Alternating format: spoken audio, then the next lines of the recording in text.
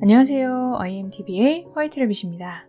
지난 시간에 뇌의 정위 연합 영역에 들어가는 정보가 차단되면 신과의 합일이나 선정 상태와 같은 초월의 일체감이 일어난다는 것을 뇌과학이 실험을 통해서 증명했다고 말씀드렸습니다.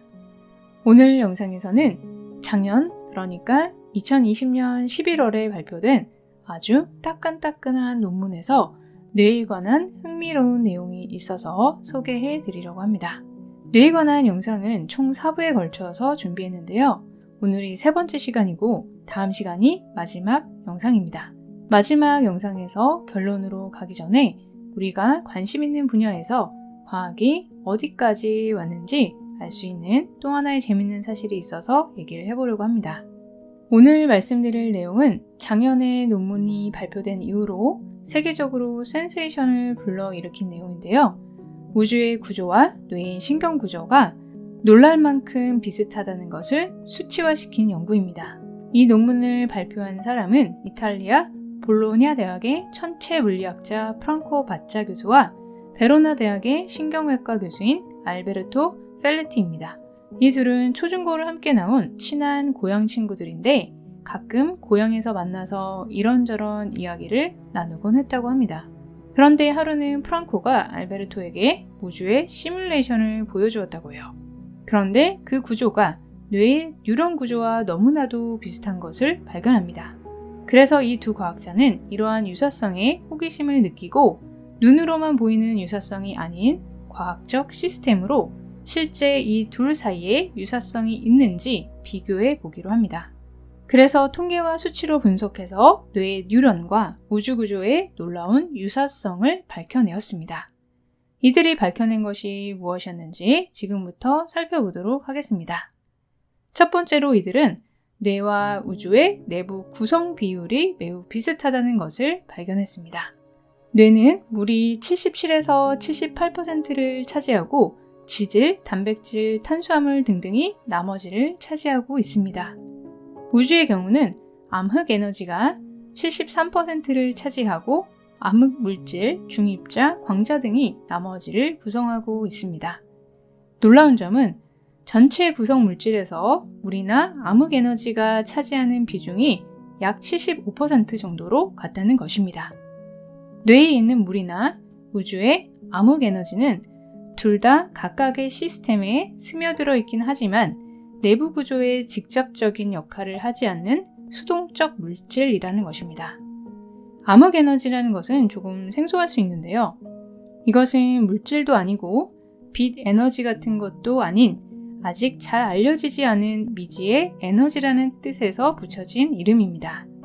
이 미지의 에너지가 우주의 가장 큰 부분을 차지하고 있다는 거죠. 두 번째로 이들은 뇌 신경세포들의 연결 구조와 우주에서 은하들이 분포하는 구조가 정말 비슷하다는 것을 발견합니다. 지금 영상에 보이는 것은 대뇌와 손의 피지를 아주 얇게 자른 것과 고해상도 시뮬레이션을 사용해서 우주 구조의 샘플을 비교한 것입니다.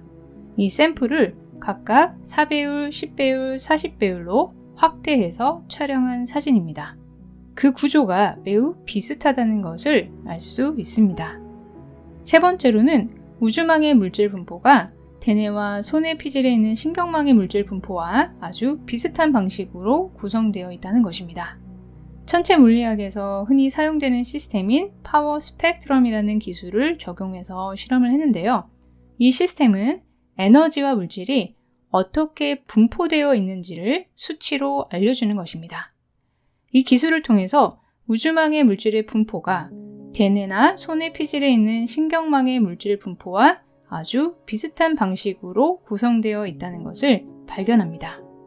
이것은 표에서 보듯이 우주망과 신경망에서 유사한 그래프를 보입니다. 그래서 다른 것들도 혹시 그런 유사성을 보이는지 실험을 해보았는데요. 하늘의 구름, 나뭇가지 등도 확인을 해보았습니다. 그런데 그래프상에서 볼 수 있듯이 다른 것들에서는 그러한 유사성이 발견되지 않았습니다. 그래서 신경망과 우주망의 구조 사이에 특별함이 있다라는 결론에 도달하게 됩니다. 그리고 뇌의 뉴런과 우주의 은하들은 필라멘트를 통해서 복잡하게 연결되어 있는데요. 은하와 뉴런에 연결된 필라멘트의 수도 비슷했습니다. 은하는 평균 3.8에서 4.1개의 필라멘트로 연결되어 있었고, 뉴런은 평균 4.6에서 5.4개의 필라멘트와 연결되어 있었습니다. 또 두 시스템 모두 중심이 있고 그 중심에서 주변으로 퍼져나가는 경향을 보이는 점도 같았습니다. 논문의 공동저자인 알베르토 페레티 교수는 은하계와 뇌신경은 매우 다른 시스템이지만 어떤 이유에 의해서 두 개의 매우 다른 시스템이 비슷한 논리로, 비슷한 작동 논리로 발전해 온 것으로 보인다라고 말하고 있습니다. 이 두 과학자는 연구를 시작할 때 자연은 효율성을 극대화하고 에너지를 최소화하기 위한 방식으로 발전하고 있다라는 가설을 가지고 시작을 했다고 합니다. 그러면서 이 연구는 이제 시작 단계라고 말합니다. 뇌신경과 우주의 구조적인 유사성을 수치상으로 밝혀냈지만 그 기능 등 나머지에 대해서는 아직 모르는 것이 너무 많다는 거죠. 모든 과학적 발견들이 직관에서 시작해서 가설을 세우고 증명하는 단계로 갑니다. 아인슈타인이 1915년 일반 상대성 이론을 제시하면서 처음 개념이 등장한 블랙홀의 존재는 실제 만환경으로 그 실체가 확인되기까지 100년도 넘게 걸렸습니다. 그것은 2017년에 와서야 가능했습니다. 우주와 우리 뇌 신경 구조가 닮았다. 매우 흥미로운 주제입니다. 이 연구가 어떻게 펼쳐질지 기대가 되기도 합니다. 그리고 다음과 같은 가설도 생각해 볼 수 있습니다. 이전 영상에서 소개해드린 앤드류 뉴버그 박사는 뇌가 자아를 만든다고 했었습니다. 1.4kg의 뇌가 자아의식을 만든다면 그와 비교도 할 수 없는 큰 뇌 또는 그에 해당하는 시스템을 가지고 있는 우주에게는 의식이 없을까요?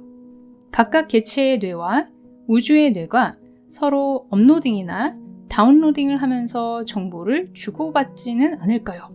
즉, 접속이 가능하지는 않을까요? 갑자기 전력 공급이 중단되면 대체 전력으로 공급하는 비상 발전기가 가동되듯이 우리 뇌가 기능을 멈추면 비상 발전기처럼 우주의 뇌가 작동하지는 않을까요?